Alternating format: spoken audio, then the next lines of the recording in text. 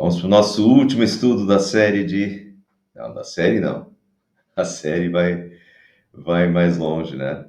Série pós-cativeiro babilônico vai mais longe. Ainda tem livro de Daniel, livro de Malaquias. Então a série vai mais longe. Mas hoje é o último estudo do livro de Esther. Então agora nós vamos para os últimos capítulos, né?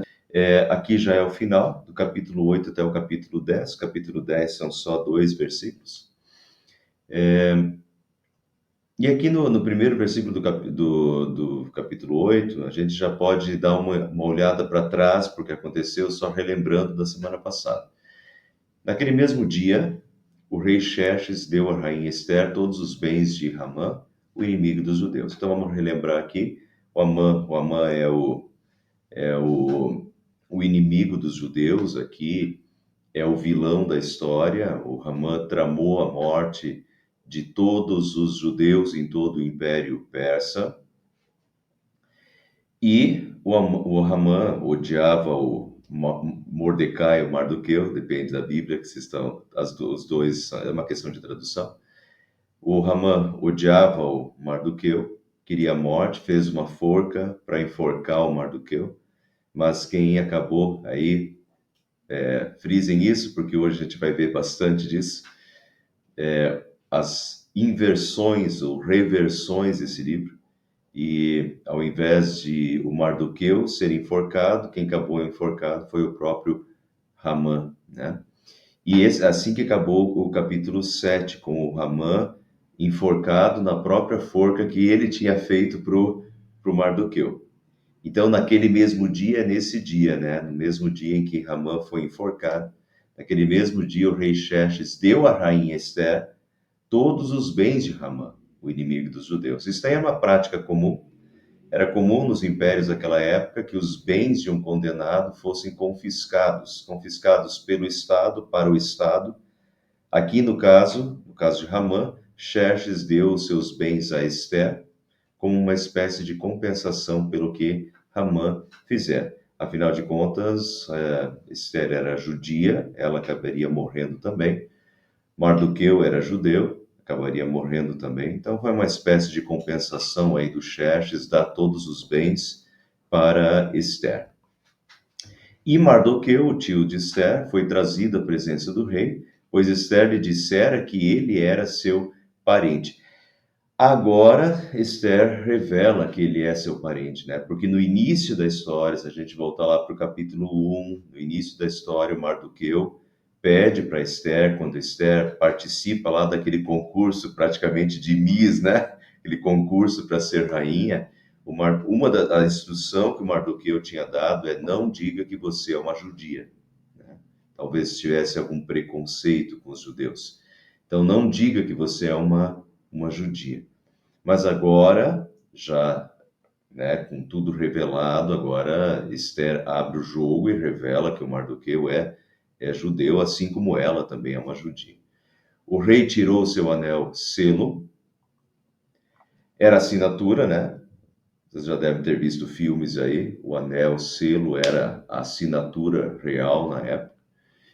O rei tirou seu anel selo que havia tomado de Ramã, porque nos primeiros capítulos do livro, o rei tinha dado esse anel selo para o Ramã. O Ramã se tornou primeiro-ministro, né, abaixo do Xerxes.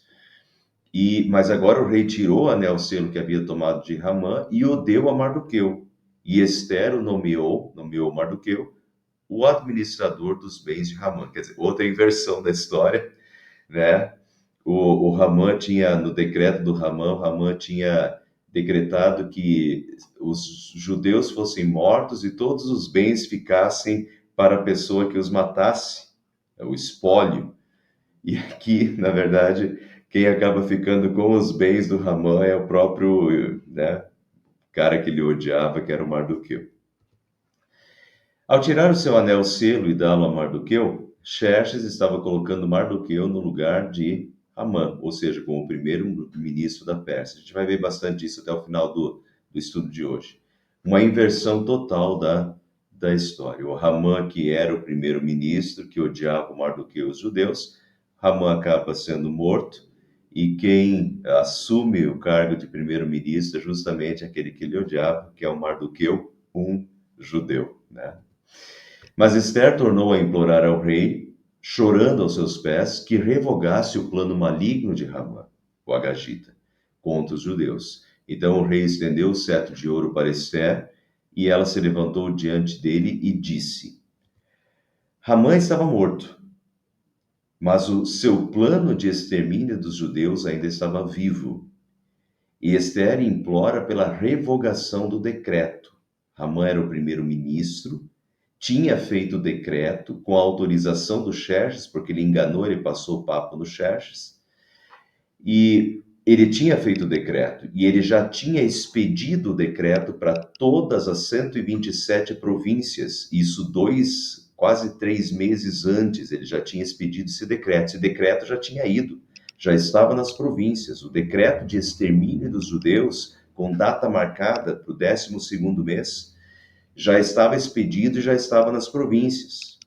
Então agora o que Esther faz, Esther está implorando para que o Xerxes revogue o decreto de extermínio dos judeus.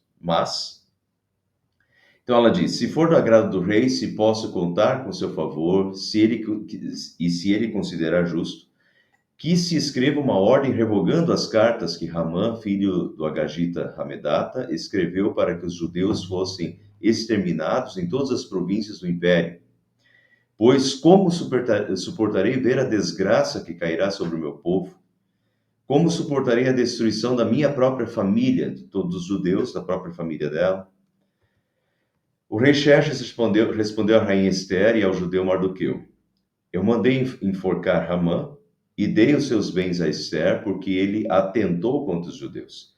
Escrevam agora outro decreto, em nome do rei, em favor dos judeus, como melhor lhes parecer, e selem-no com o anel selo do rei. Ou seja, Xerxes está dando uma carta em branco, né?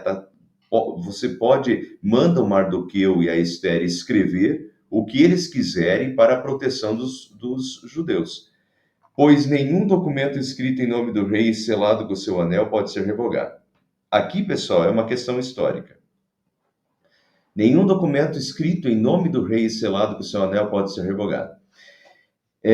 Deixa eu mostrar para vocês, e isso é interessante porque às vezes, quando a gente está lá no catecismo, a gente decora os livros da Bíblia. E a gente decora lá Esdras, Neemias, Esther, Jó, Salmos, Provérbios.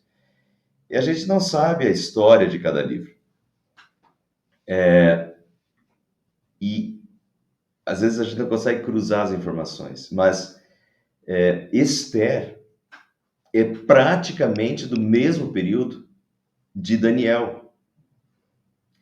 E um pouquinho depois, né? Daniel veio um pouquinho antes, Esther um pouquinho depois. Mas, inclusive, o Mardoqueu, já tem isso em vista, porque eu acho que eu não anotei isso até o final do estudo, mas o Mardoqueu, ele virou primeiro-ministro da Pérsia. Não foi o único. Daniel também. Na verdade, Daniel se tornaria. Nós vamos ver isso porque a gente vai estudar Daniel na sequência.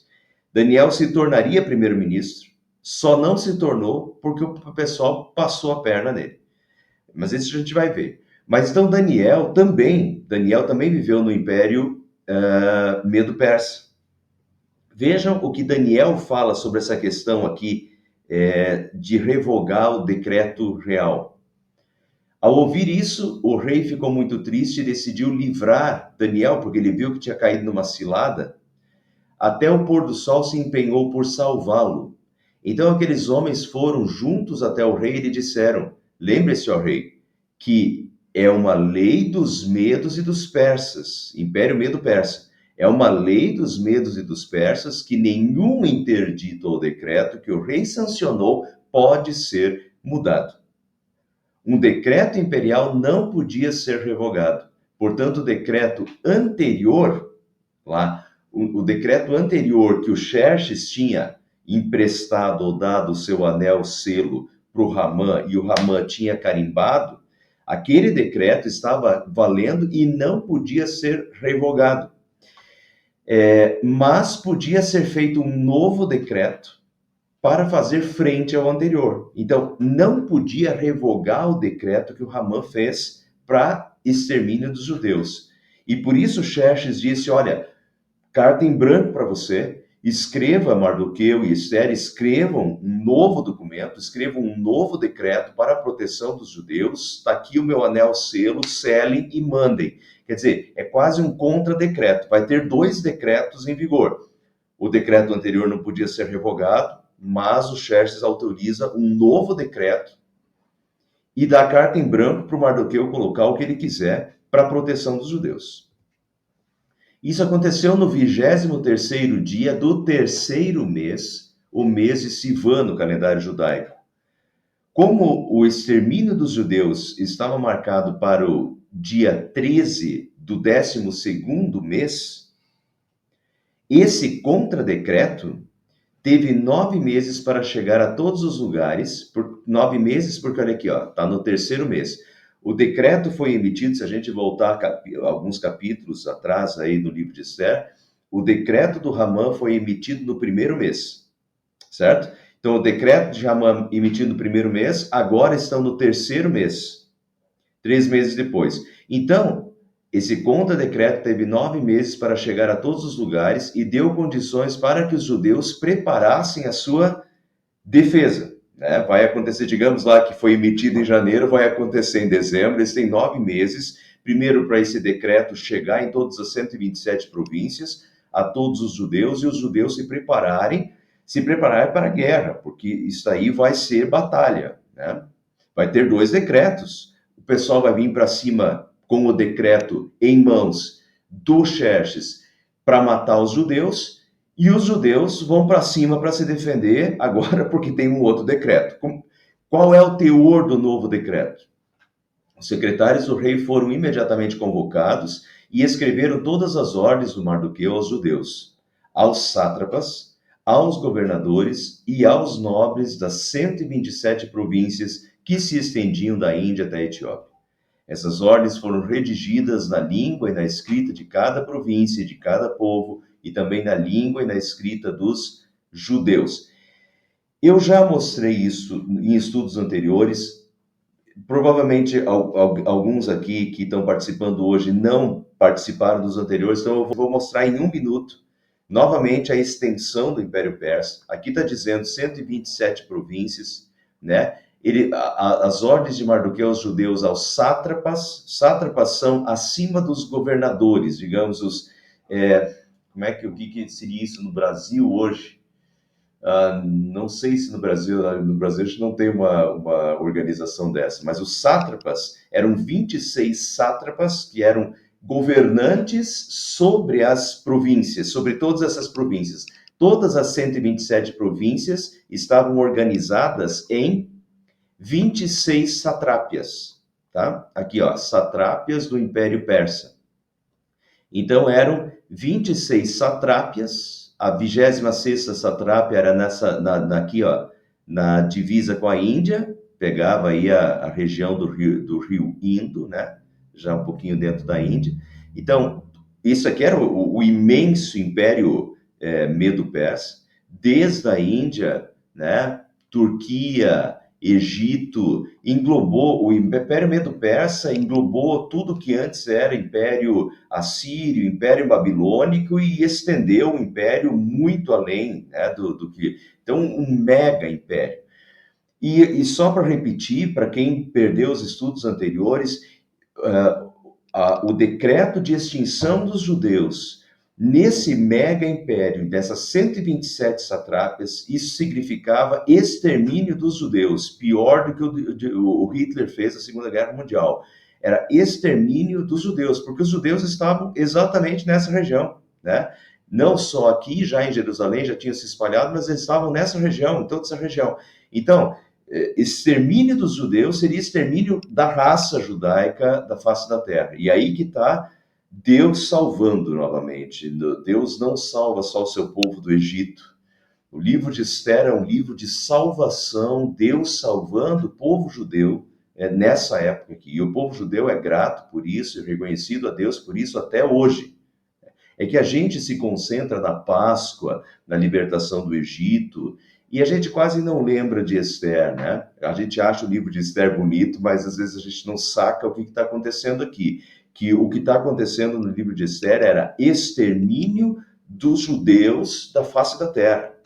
E Deus salvando o seu povo do extermínio. É por isso que Deus coloca Esther como rainha. É por isso que Deus coloca Mardoqueu. Deus coloca essas personagens no lugar certo para a ação divina na hora certa. Né? São instrumentos nas mãos de Deus. Mas muito bem, então Mardoqueu manda esse contradecreto para as 127 províncias, né, desses 26 sátrapas. Mardoqueu escreveu em nome do rei Xerxes, selou as cartas com o anel selo do rei e as enviou por meio de mensageiros montados em cavalos velozes. Algumas bíblias trazem ginetes, né? Eram cavaleiros super experientes, montados em cavalos velozes, das estrebarias do próprio rei. Quer dizer, esse decreto é para chegar no menor tempo possível em todas essas nesse imenso, nesse mega império. Pensa, pessoal, não tinha avião para andar, né? Hoje você pega um avião, a gente pega um avião aqui em São Paulo e em 3 horas, se o avião for direto, em 3 horas você está em Fortaleza, que leva 3 dias de carro, né? Mas, então, nesse mega império persa, o avião ia rapidinho, mas em cavalo não, né? Então, cavalos, os ginetes, esses cavaleiros experientes em cavalos rápidos para levar esse decreto o mais rápido possível para 127 províncias do mega império persa. O decreto do rei concedia aos judeus de cada cidade o direito de se reunirem e de se protegerem, de destruir, matar e aniquilar qualquer força armada de qualquer povo ou província que os ameaçasse, a eles, suas mulheres e seus filhos, e o direito de saquear os bens dos seus inimigos. Então, notem, esse contradecreto é exatamente, se a gente voltasse a alguns capítulos, é exatamente o oposto do que o decreto do Ramã. O decreto do Ramã dizia para destruir, matar e aniquilar os judeus em todo o Império Medo-Persa. O contradecreto escrito pelo Mardoqueu é o direito dos judeus de se reunirem, de se protegerem, de destruir, matar e aniquilar qualquer força armada de qualquer povo ou província, porque eram 127 províncias com os mais diferentes povos, das mais diferentes línguas, de qualquer povo ou província que os ameaçasse, a eles, suas mulheres, seus filhos, e o direito de saquear os bens dos seus inimigos. Esse contradecreto manteve isso, porque o decreto do Ramã dava esse direito de saquear os bens dos judeus, porque o Ramã tinha oferecido uma propina para o rei Xerxes, lembram lá? Não sei quantas toneladas de prata.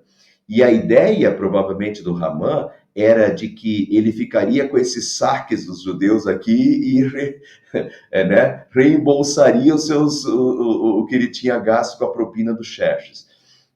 Mas, então, o contradecreto do Mardoqueu prevê também que os judeus têm direito de se proteger, de destruir, matar e aniquilar os que vierem contra eles e também de saquear os bens dos seus inimigos. Vocês vão ver no decorrer do livro que eles não fizeram isso. Eles podiam fazer, estava no contradecreto, mas isso ia contra a própria fé deles. E eles não fizeram nem em Suzã, capital, e nem em outro lugar do império. Eles abriram mão disso. Uma atitude, se fosse hoje, a gente diria uma atitude cristã, uma atitude inspirada por Deus, né? O que eles queriam é se manter vivos. Eles não queriam ficar com o dinheiro dos outros, né? Eles não queriam ficar ricos, eles queriam ficar vivos. Essa era a questão.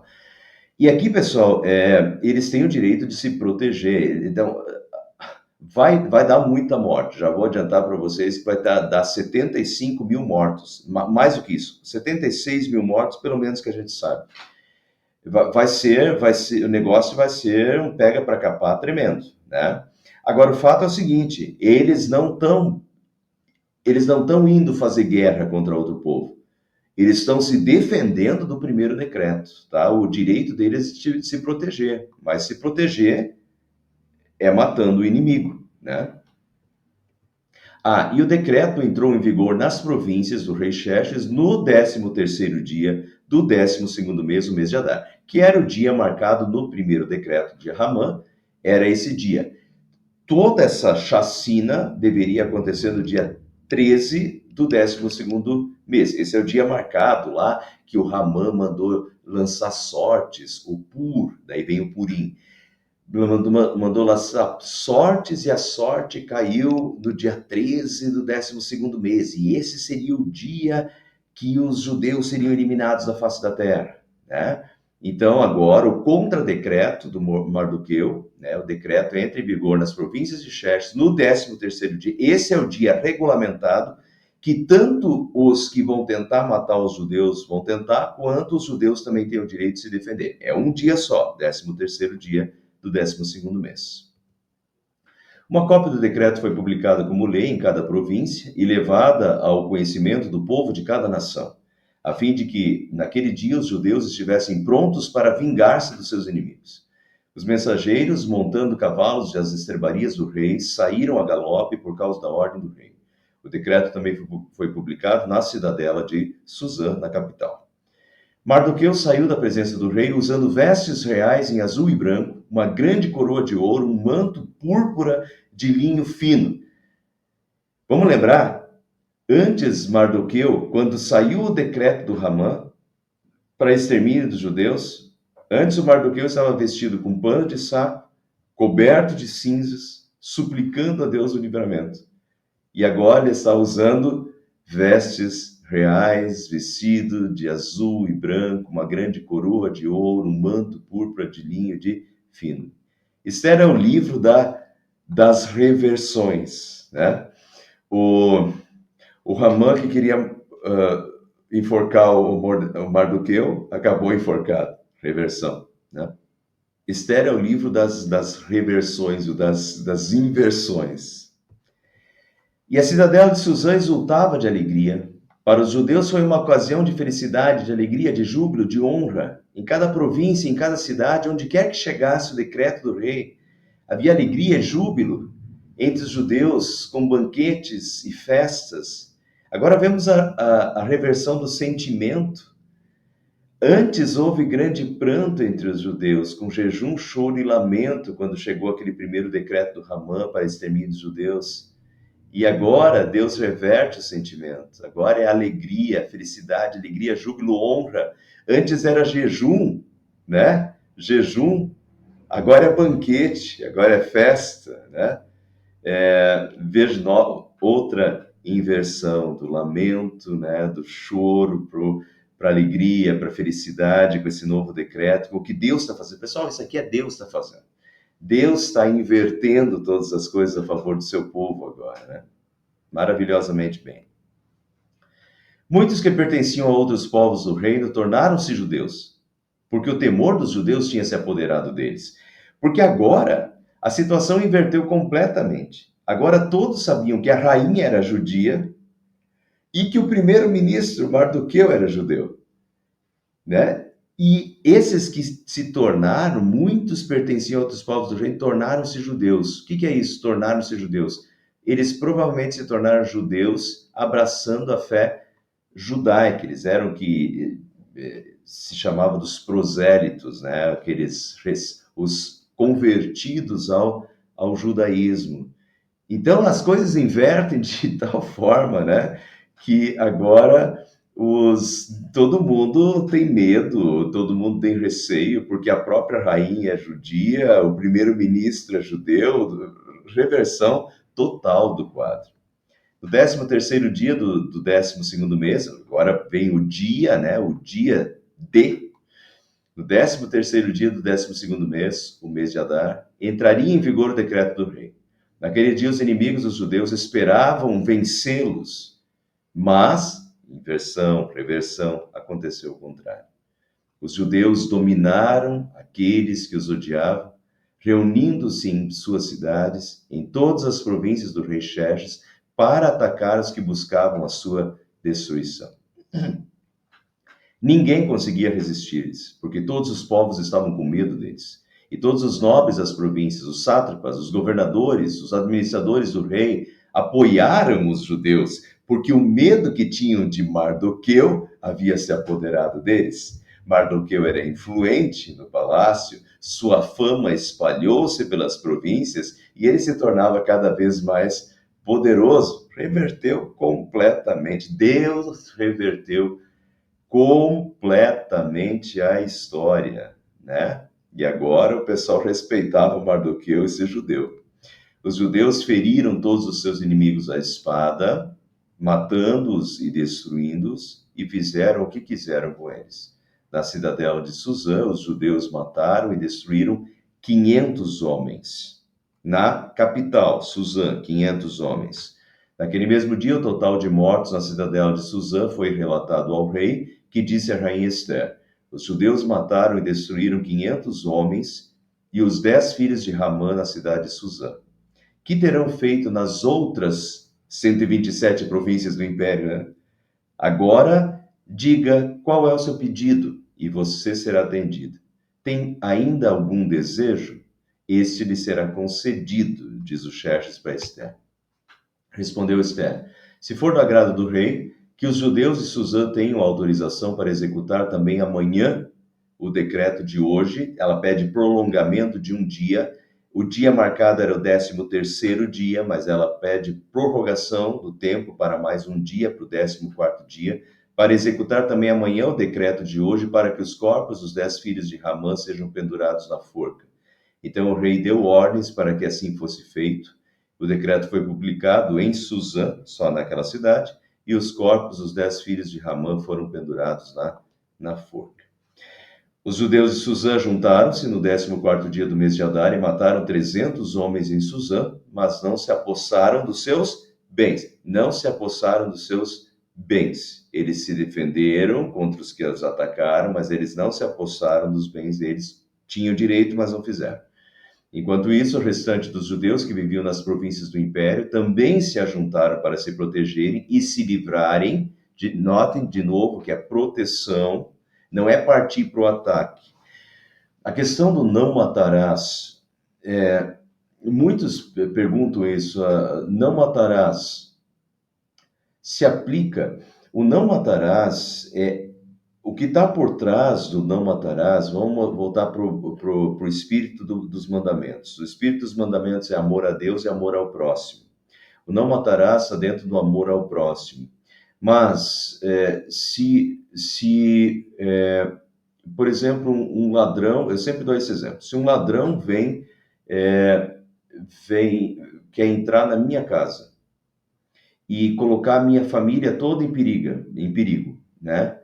E se eu, porventura, tiver uma arma e atiro contra o ladrão por ameaçar minha família, isso é um pecado contra o mandamento não matarás? Não necessariamente, porque eu não odeio o ladrão.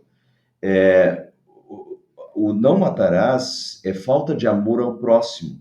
A questão do ladrão que entra na casa e a pessoa defende a sua família, ela não odeia o ladrão. Ela está defendendo a sua família. É vida por vida. E essa é a questão aqui também. Eles não estão recebendo um decreto para sair matando pessoas. Eles estão recebendo um decreto para se protegerem dos que tentarem matá-los, né? Também se ajuntaram para se protegerem e se livrarem dos seus inimigos. Eles mataram 75 mil deles. Quer dizer, é muita gente, pessoal. É muita gente porque é um mega império. São 127 províncias. Se só em Suzã foram mortos 800, morreram 800, imaginem isso em todo esse mega império com 127 províncias. Imagine se fosse no Brasil, né? Um país continental aí.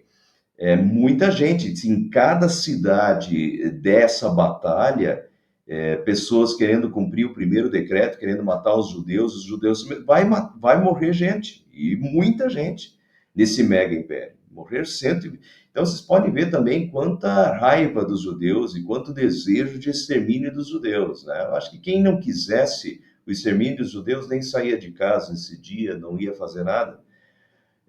Mas vocês veem aí o ódio contra os judeus, contra o povo de Deus, é sempre isso no decorrer da história, não é tão diferente isso hoje ainda, esse ódio, às vezes velado, às vezes escondido, às vezes escancarado, mas esse ódio que Jesus mesmo fala, né, que nós seremos odiados pelo mundo, esse ódio contra o povo de Deus.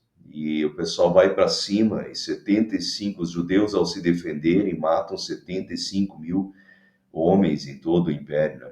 Eles mataram 75 mil deles, mas não se apossaram dos seus bens. O objetivo não era esse, o objetivo era a proteção da vida. Isso aconteceu no 13º dia do mês de Adar, e no 14º dia eles descansaram. Então, em todas as províncias, o dia era marcado, era o 13º, eles guerrearam esse dia, se protegeram, mas e no 14º descansaram. Só em Suzã, que a Esther pediu para prolongar por mais um dia, que teve o 14º também, né, de batalha. E fizeram dessa data um dia de festa e de alegria. Então, o 14º dia virou uma data de festa e de alegria, que era a data da vitória.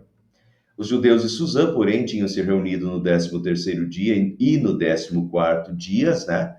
E no 15º dia, então, eles descansaram e dele fizeram um dia de festa e de alegria. Por isso, os judeus que viviam em vilas e povoados comemoram o 14º dia do mês de Adar como um dia de festa e alegria. Um dia de troca de presentes. Troca de presentes, fixem isso. Mardoqueu registrou esses acontecimentos e enviou cartas a todos os judeus de todas as províncias do rei Xerxes, próximas e distantes, determinando que anualmente, agora vejam, anualmente se comemorassem o 14º e o 15º dias do mês de Adar, pois nesses dias os judeus livraram-se dos seus inimigos. Nesse mês a sua tristeza tornou-se alegria, o seu pranto num dia de festa. Ou seja, o Mardoqueu está tornando esses dias, esses 2 dias, 14º e 15º dias do 12º mês, dias de festa de alegria, e ele vai colocar isso como um estatuto perpétuo, vejam. Escreveu-lhes dizendo que comemorassem aquelas datas como dias de festa e de alegria, de troca de presentes e de ofertas aos pobres. Até hoje se faz isso, já vou mostrar. E assim os judeus adotaram como costume aquela comemoração, conforme o que Mardoqueu lhes tinha ordenado por escrito. Pois Ramã, filho do Agagita Hamedata, inimigo de todos os judeus, tinha tramado contra eles para destruí-los e tinha lançado o pur, que era aquela sorte, né? Isto é, a sorte, a sorte, para a ruína e destruição deles. Ele lançou o pur caiu no 14º dia, então o 14º dia do 12º mês, o pur seria o dia do extermínio dos judeus. Mas quando isso chegou ao conhecimento do rei, e ele deu ordens escritas para que o plano maligno de Ramã contra os judeus se voltasse contra a sua própria cabeça, e para que ele e seus filhos fossem enforcados. Por isso, aqueles dias foram chamados de, agora vem, Purim. O Pur foi o dia que se lançaram sortes e a sorte, o azar, né? A sorte caiu no 14º dia, agora, então por isso aqueles dias foram chamados de Purim, da palavra Pur, considerando tudo que estava escrito nessa carta, o que tinham visto e o que tinha acontecido, os judeus decidiram estabelecer o costume de que eles e os seus descendentes, e todos os que se tornassem judeus, não deixariam de comemorar anualmente esses 2 dias, na forma prescrita e na data certa. Eles e os seus descendentes, todos os que se tornassem judeus, não deixariam de comemorar anualmente esses 2 dias. Até hoje eles fazem, pessoal. Até hoje eles fazem. É a festa do Purim, né? Esses dias seriam lembrados e comemorados em cada família. É uma festa bem familiar até hoje, de cada geração, em cada província e em cada cidade. E jamais deveriam deixar de ser comemorados pelos judeus. Jamais deveriam deixar de ser comemorados pelos judeus. Até hoje comemoram. E os seus descendentes jamais deveriam esquecer-se de tais dias. Não esqueceram de fato, até hoje fazem. Então é bem interessante. Então, o Pur, né? Aquela sorte foi jogada, marcou-se o dia, 14º dia para o extermínio dos judeus, mas naquele dia, justamente o 14º dia, Deus inverteu, Deus abençoou e eles derrotaram os seus inimigos, né? Deus lhes deu a salvação. E daí vem a festa do Purim, desse dia. Veja que até hoje é guardado, né? Aqui, ó, Purim 2025, 2025 no nosso calendário, no calendário judaico é 5.785 o ano, né? Veja aqui outra propaganda também, 2025, ó, só para vocês verem que realmente, olha aqui, ó, esses dias serão lembrados e comemorados em cada família de cada geração. Jamais deveriam deixar de ser comemorados pelos judeus. Os seus descendentes jamais deveriam esquecer de tais dias. Não esquecem. Está aí, ó. 2025. Eles continuam celebrando, comemorando o Happy Purim, né? 2025. Que dias? 13 e 14, né? Aqui é interessante, vocês notaram que tanto aqui tem máscara, né? Aqui, isso aqui é um biscoitinho. Aqui tem uma matraca. Já vou falar dessa matraca. Deixa eu ver, eu acho que vai aparecer mais um que tem essa matraca. Matraca é um negócio que dá som. Esse biscoitinho aqui, esse biscoitinho é famoso. Esse biscoitinho são as orelhas do Ramã. Eles comem as orelhas do Ramã. Diz que é muito gostoso. Alguns colocam chocolate, outros colocam semente de papoula, etc. Mas as orelhas do Ramã, né? Eles comem as orelhas do Ramã. Aqui está simbolizado, eles fazem doações aos pobres. Aqui tem uma matraca é para fazer barulho, já vou mostrar para vocês o que eles fazem. E aqui uma cesta de alimentos. Esse dia eles têm o costume de presentear alimentos, no mínimo 2 alimentos cada um. Então eu teria que dar pelo menos 2 alimentos para outra família judia. E também fazer doações aos pobres. Então, uma doação para os pobres e um presente para outra família, né, outra pessoa, um presente de alimentos. E, por fim, ler o livro de Esther. É isso que eles fazem no dia de Purim, até hoje. Leem o livro de Esther, dão uma doação para os pobres, dão um presente de alimentos para outra pessoa, né? E eu já vou falar da matraca, vamos lá. Aqui eu peguei coloquei no Google lá, Purim, apareceu 2 sites judeus, né? Epcol, o Shabbat. Veja aqui, ó, Purim 2025, celebração de libertação judaica. Até hoje, o que eles comemoram? Libertação dos judeus. Seria a extinção dos judeus, mas Deus transformou isso em salvação.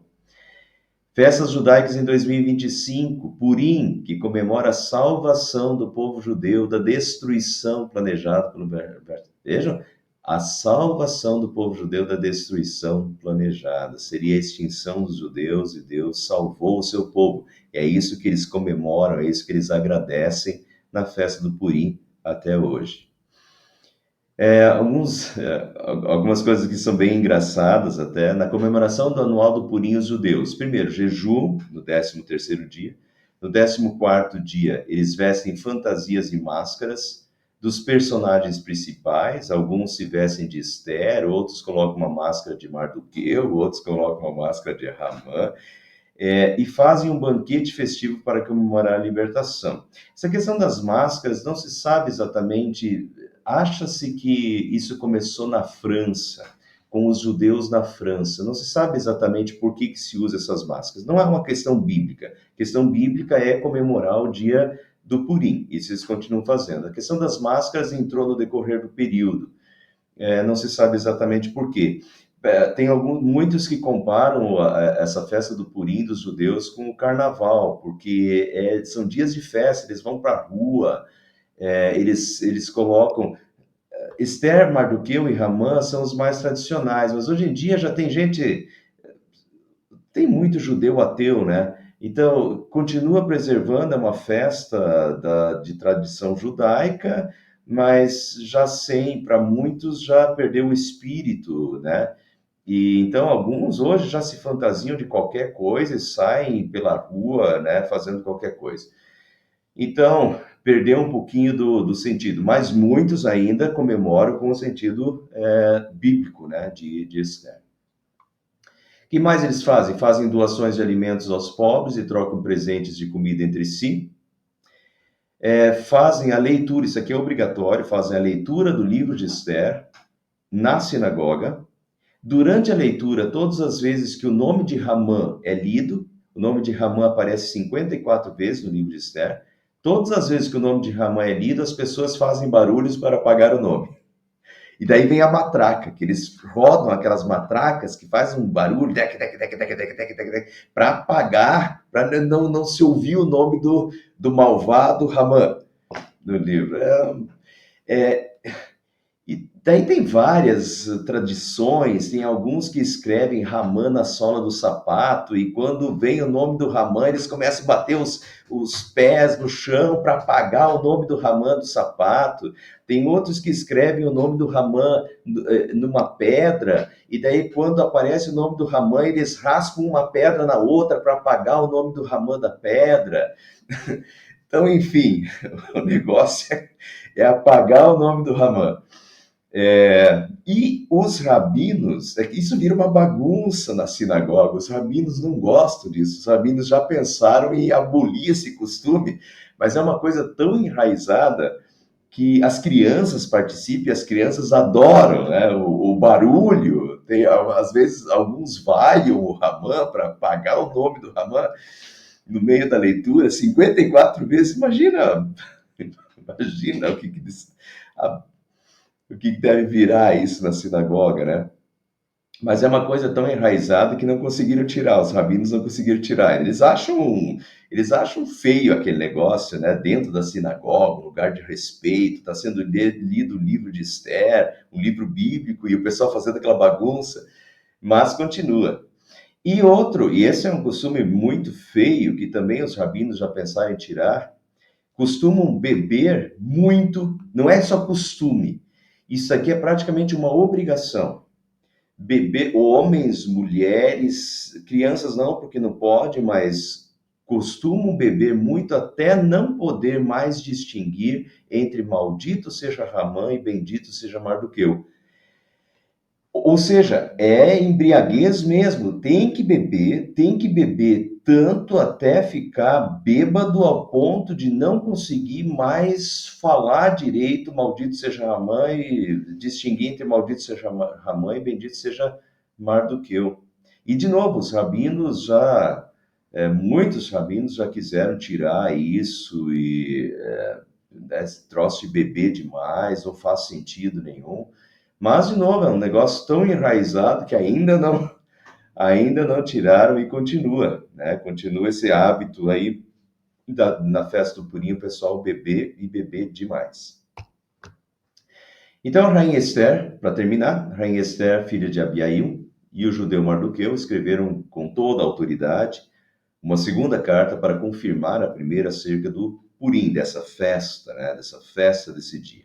Mardoqueu enviou cartas a todos os judeus, às 127 províncias do Império de Xerxes, desejando-lhe paz e segurança, e confirmando que os dias de Purim deveriam ser comemorados nas datas determinadas, conforme o judeu Mardoqueu e a rainha Esther tinham decretado e estabelecido para si mesmos, para todos os judeus e para seus descendentes, que até hoje continua o 14º dia, né? E acrescentou observações sobre tempos de jejum, até hoje eles jejuam no dia anterior, e de lamentação. Eles só comem no banquete quando eles jejuam os mais tradicionais. Eles jejuam, só pode comer depois de ter lido o livro de Esther. Então eles jejuam, de noite eles vão para a sinagoga, eles leem o livro de Esther, então eles fazem o banquete e comem. Só pode comer depois de ler o livro, e é importante, o livro de Esther é lido palavra por palavra. É importantíssimo isso para eles, palavra por palavra. Com a baguncinha lá do Ramã, quando chega o nome do Ramã, né? O decreto de Esther confirmou as regras do Purim e isso foi escrito nos registros. O rei Xerxes impôs tributos a todo o império, até sobre as distantes regiões costeiras, todos os seus atos de força e de poder, e o relato completo da grandeza de Mardoqueu, a quem o rei dera autoridade, estão registrados nos livros das crônicas dos reis da Média e da Pérsia. O judeu Mardoqueu foi o segundo na hierarquia depois do rei Xerxes, portanto, o primeiro ministro. Abaixo do imperador, né, do Xerxes, ele era o primeiro ministro sobre as 127 províncias. Era um homem importante entre os judeus e foi muito amado por eles, pois trabalhou para o bem do seu povo e promoveu o bem-estar de todos. Muito bom, Deus providenciando aí um braço direito para um imperador, né, como o Xerxes lá do Império Persa. Historicamente, talvez Mardoqueu tenha sido o primeiro ministro da Pérsia por 8 anos, aproximadamente. Né? Aí a gente lembra, pessoal, biblicamente, José. José foi o primeiro ministro do Egito, toda aquela situação com José, vendido pelos irmãos, né? Vai parar lá no Egito, e como Deus dirige a história, Deus encaminha, e Deus reverte, Deus inverte as coisas, e como Deus colocou José lá para os 7 anos de fome, 7 anos das vacas magras, 7 anos das vacas gordas, né? E como Deus usou esse cara que foi o primeiro ministro do Egito. Depois a gente tem Daniel, que a gente vai estudar na sequência. Daniel também foi um cara extremamente, ia se tornar o primeiro ministro da Pérsia também. Portanto, Mardoqueu foi, talvez durante 8 anos, o primeiro ministro da Pérsia, abaixo apenas do imperador Xerxes, desse mega império. Portanto, a gente teve pessoas aí do povo de Deus como primeiros ministros de megas impérios. O Império Egípcio, quando não tinha outro praticamente para rivalizar com o Império Egípcio, depois com o Império Medo-Persa, né, um dos maiores impérios de todas as épocas, e Mardoqueu se tornou primeiro-ministro durante 8 anos, e Daniel também. Daniel era chegado no imperador, né? Tanto que o imperador quis livrá-lo da cova dos leões, e queria colocá-lo como primeiro-ministro também de toda a Pérsia. Esse é Daniel. Então a gente tem aí pessoas comprometidas com Deus, que exercem influência sobre grandes imperadores e sobre grandes impérios. Vamos meditar um pouquinho para terminar? Embora o nome de Deus não seja citado no livro de Esther, o nome de Deus não aparece em todo o livro de Esther, Deus estava agindo por trás da cortina de todos os acontecimentos. Ainda que o céu, pessoal, não se abra para Deus falar conosco, ele continua agindo por trás da cortina em nossa vida. Podemos estar certos disso, cuidando de cada um de nós e provendo o que é necessário. Provendo. O livro de Esther nos mostra Deus chegando antes do Ramã tramar. Deus já sabia o que o Ramã ia tramar. Deus já sabia que o Ramã ia tramar a morte, a extinção dos judeus. E antes dele chegar ao cargo de primeiro-ministro, Deus já coloca a Esther lá dentro. Deus já ajuda que o Mardoqueu descubra a trama de morte do rei, revela essa trama. Enfim, Deus chega antes, Deus vai provendo todo o necessário e vai conduzindo, né, o seu povo e cada um de nós. Deus exerceu influências no imperador Xerxes, através da rainha Esther e de Mordecai, certo? Vamos lembrar, deixa eu só lembrar rapidinho, o início da história. O início da história é o Xerxes, um cara extremamente orgulhoso, prepotente, que faz uma festa, que quer mostrar sensualmente e sexualmente a sua mulher para os outros, a Vasti, né, antes da Esther, manda ela vir para mostrar ela para o meio dos outros, todo mundo já bêbado, depois de 6 dias bebendo, Esse é o Xerxes. O cara é flor que se cheira? Não. O imperador não é flor que se cheira, não. Não é.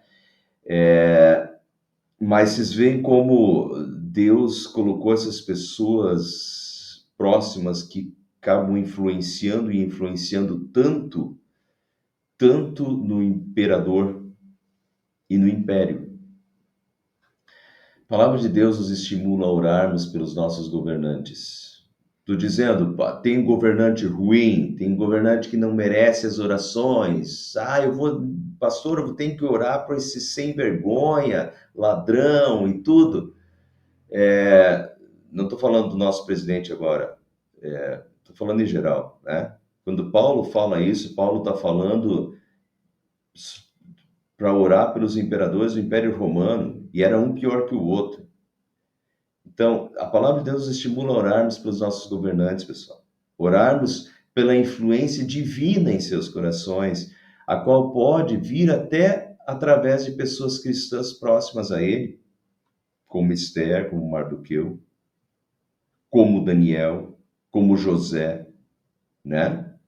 Às vezes pode ter pessoas lá que Deus coloca para falar alguma coisa para o presidente, para os governadores, para os que ocupam cargos de liderança, ou de outra forma providenciada por Deus. O fato é que a Bíblia diz para a gente orar para os governantes, né? Orar por eles e saber que pessoas já foram usadas por Deus e foram até plantadas por Deus para ocasiões específicas serem usadas por Deus lá perto do rei, exercendo influência sobre eles, né? Não pode descartar isso. Deus tem os seus meios e os seus métodos. E no Purim, os judeus agradecem a Deus pela salvação da extinção do judaísmo, do judaísmo não, dos judeus. Nós ainda mais agradecemos a Deus pela salvação eterna que Ele nos providenciou através de Jesus Cristo, que se entregou para pagar por todos os nossos pecados. Jamais esquecemos e sempre agradecemos por esse amor, por essa salvação. E assim como Deus esteve com o seu povo, Ele continua estando com o seu povo. E o seu povo é o seu povo em caráter coletivo e geral, mas o seu povo também é cada uma das suas ovelhas, ou seja, cada um de nós que é bem cuidado, amparado, protegido e abençoado por Deus. Só lhe deu glória, a Deus toda a glória. Né? Amém. Terminamos o livro de Esther, livro maravilhoso, um livro gostoso de ler, mas eu acho que aqui a gente conseguiu ver mapas, conseguimos ter algumas ideias que às vezes não surgem quando a gente lê o livro de Esther. Quando a gente lê ele contextualizado no seu tempo, ele tem algumas nuances a mais, né? Que a gente percebe. Daqui 2 semanas nós voltamos, aí a gente continua com a série pegando o livro de Daniel, que é exatamente desse período. Daniel pega o período do Império Babilônico e a transição para o Império Medo-Persa. E ele teve atuação nos dois, no Império influência no Império Babilônico sobre Nabucodonosor e no Império Medo-Persa, né, sobre Ciro. Mas isso a gente vai ver no próximo, daqui 2 semanas, tá?